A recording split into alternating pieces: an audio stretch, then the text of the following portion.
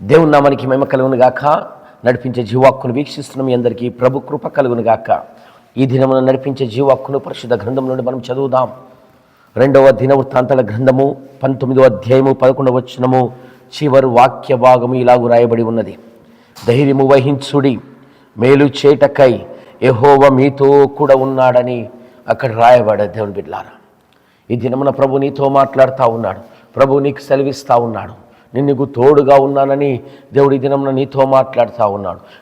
నువ్వు ధైర్యం వహించు, ధైర్యం కలిగి ఉండు, ధైర్యం కలిగి ముందుకు సాగు, ధైర్యం కలిగి నువ్వు కొనసాగు అని ఈ దినమున పరిశుద్ధాత్మ దేవుడు నీతో మాట్లాడుతూ ఉన్నాడు. దేవుని బిడ్డలారా, ఎప్పుడు ఈ మాట రాయబడ్డది, ఎప్పుడు ఈ మాట సెలవీయబడ్డదని అంటే,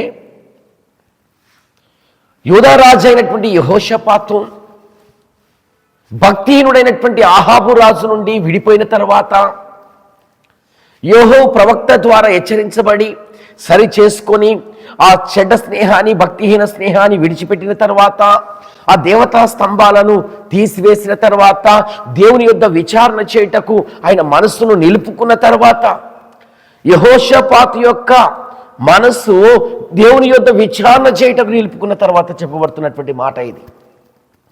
కొన్ని సంస్కరణలు, కొన్ని సవరణలు తన రాజ్యంలో జరిగిన తర్వాత, యెహోవా ప్రవక్త అయినటువంటి యేహూ ద్వారా సెలవేయబడుతున్నటువంటి మాట.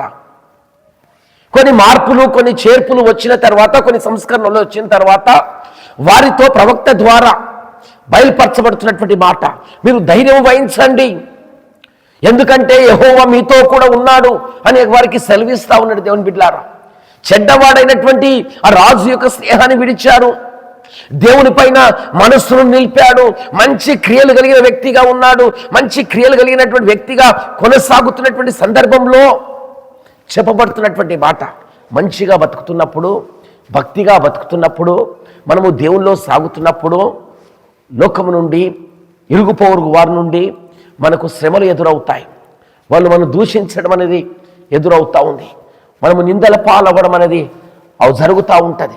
కొన్ని అవమానాల గుండా, కొంత శ్రమల గుండా, కొంత నష్టము గుండా వెళ్ళవలసి వస్తుంది. అలాంటి సమయంలో మనము భయపడవలసిన అవసరం లేదు. అలాంటి సమయంలో మనము అధైర్యపడవలసిన అవసరం లేదు. ఎవరేమంటారో అని మనం పరిస్థితులను బట్టి, ఎవరేమనుకుంటారని మనం పరిస్థితులను బట్టి అధైర్యపడవలసిన అవసరం లేదు. మనము ధైర్యముగా ఉండవలసిన వారము, మనము బలముగా ముందుకు సాగవలసిన వారము. జరగబోతున్న సంగతులను బట్టి, జరుగుతున్నటువంటి పరిస్థితులను బట్టి మనం అధైర్యపడవద్దు. ఈ దినమున ప్రభు నీతో మాట్లాడుతూ ఉన్నాడు. ఏదో జరుగుతుందని, ఏదో జరగబోతుందని, నీలో జరుగుతున్నటువంటి పరిస్థితులను బట్టి, నిన్ను ఆవరించినటువంటి పరిస్థితులను బట్టి నువ్వు అధైర్యంగా ఉన్నావేమో, నువ్వు ధైర్యము విడిన వ్యక్తిగా ఉన్నావేమో, నువ్వు ధైర్యము విడిచిపెట్టిన వ్యక్తిగా నువ్వు ఉన్నావేమో. దేవుడి దినంన నీతో మాట్లాడుతూ ఉన్నాడు. దేవుడి దినంన నీకు సెలవిస్తా ఉన్నాడు. నువ్వు ధైర్యముగా ముందుకు సాగు, నువ్వు ధైర్యము వహించి ముందుకు సాగు అని దేవుడి దినంన నీతో మాట్లాడుతూ ఉన్నాడు. ఎందుకంటే, ఎందుకు నువ్వు ధైర్యంగా కలిగి ఉండాలి, ఎందుకు నువ్వు ధైర్యంగా ముందుకు సాగాలంటే, యెహోవా నీకు తోడుగా ఉన్నాడు కనుక నువ్వు ముందుకు సాగు ధైర్యంగా. యెహోవా నీకు తోడుగా ఉన్నాడు కనుక నువ్వు ముందుకు సాగు ధైర్యముగా.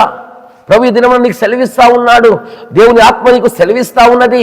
నీకు దేవుడు తోడుగా ఉన్నాడు, దేవుని ఆత్మ నీకు తోడుగా ఉన్నది కనుక నువ్వు ధైర్యంగా ముందుకు సాగు, ధైర్యము వహించి నువ్వు ముందుకు నడువని దేవుడి దినమున నిన్ను బలపరుస్తా ఉన్నాడు. దేవుడు ఎందుకు నీకు తోడుగా ఉన్నాడంటే, నీకు సహాయం చేయటకు నీకు తోడుగా ఉన్నాడు. నీ పరిస్థితిలో నీకు ఆలోచన చెప్పుటకు నీకు తోడుగా ఉన్నాడు. నిన్ను బలపరచుటకు నీకు తోడుగా ఉన్నాడు. నిన్ను తప్పించుటకు నీకు తోడుగా ఉన్నాడు. నిన్ను నడిపించుటకు నీకు తోడుగా ఉన్నాడు. నిన్ను ఆదుకొనుటకు నీకు తోడుగా ఉన్నాడు. నిన్ను దీవించుటకు నీకు తోడుగా ఉన్నాడు. నిన్ను మేలుల చేత నింపుటకు నీ దేవుడు నీతో తోడుగా ఉన్నాడు. దేవుని బిడ్డలారా, నిన్ను దీవెనకరంగా, ఆశీర్వాదకరంగా మార్చుటకు నీ దేవుడు నీతో తోడుగా ఉన్నాడు. నువ్వు పరిస్థితులను బట్టి అధైర్యపడకు, ఉన్నటువంటి ప్రతికూలతను బట్టి నువ్వు అధైర్యపడకు. నువ్వు ధైర్యముగా నువ్వు ముందుకు సాగు, ధైర్యము వహిస్తూ ముందుకు వెళ్ళని ఈ దినమున ప్రభు నీతో మాట్లాడుతూ ఉన్నాడు. అపోస్తులైనటువంటి పౌలు కూడా ఇదే మాట మాట్లాడతాడు. మేము కనికరించబడ్డాము కనుక, మేము కనికరించబడిన వారము కనుక మేము అధైర్యపడమంటాడు ఆయన. నువ్వు ఈ దినమున కనికరించబడిన దానుగా, కనికరించబడిన వ్యక్తిగా నువ్వు ఉన్నావు కనుక ప్రభు నీతో మాట్లాడుతూ ఉన్నాడు. నువ్వు కూడా అధైర్యపడకు. నువ్వు కూడా ధైర్యము విడిచిపెట్టకు, నువ్వు ధైర్యముగా ముందుకు సాగు అని ఈ దినమున ప్రభు నీతో మాట్లాడుతూ ఉన్నాడు. నువ్వు కూడా కనికరించబడ్డ వ్యక్తివి, నువ్వు కూడా దీవించబడినటువంటి వ్యక్తివి, నీ పైన కూడా దేవుడు దయ చూపిస్తున్నాడు కనుక నువ్వు ధైర్యము విడిచిపెట్టక ముందుకు ధైర్యముగా సాగని ఈ దినమున నీతో మాట్లాడుతూ ఉన్నాడు. పౌలు గారు సెలవిస్తారు, ఆయన మాట్లాడతాడు, మేము కనికరించబడ్డాం కనుక మేము అధైర్యంగా ఉండము. అలా మాట్లాడుతూ ఒక మాట అంటాడు ఆయన, మా బాహ్య పురుషుడు కృషించుచున్నను, మా అంతర్య పురుషుడు దినదినము నూతన పరచుచున్నాడు అని ఇక్కడ సెలవిస్తా ఉన్నాడు.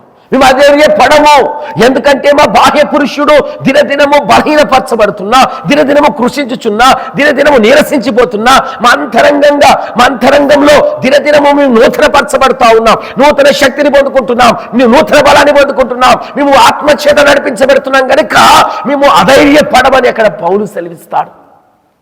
కనికరించబడ్డాం కనుక మేము అధైర్యపడమంటాడు ఆయన. అవును దేవుని బిడ్డలారా, పౌలును కనికరించిన దేవుడు నిన్ను కూడా కనికరించి ఉన్నాడు. పౌలును దీవించిన దేవుడు నిన్ను దీవించి ఉన్నాడు.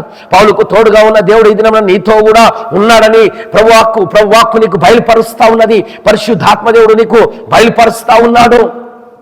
కనుక నువ్వు పరిస్థితులను బట్టి, ప్రతికూలతను బట్టి, సమస్యలను బట్టి, పోరాటములను బట్టి, నీకున్నటువంటి ఇబ్బందులను బట్టి, ఇరుకులను బట్టి నువ్వు అధైర్యపడకు, ధైర్యము వహిస్తూ ముందుకు సాగు. యెహోవా దేవుడు నీకు తోడుగా ఉన్నాడు, జీవము కలిగిన దేవుడు నీకు తోడుగా ఉన్నాడు, నీ పట్ల కార్యములు చేయగలిగిన వాడు నీకు తోడుగా ఉన్నాడు, నేను మేలులతో నింపువాడు నీకు తోడుగా ఉన్నాడని ప్రభు సెలవిస్తా ఉన్నాడు. ఆ విధముగా ధైర్యముగా ఇది నాన్న ముందుకు సాగుదాం. పరిశుద్ధాత్మ దేవుడు మీ అందరికీ తోడై ఉండి నడిపించునుగాక. ఆమేన్.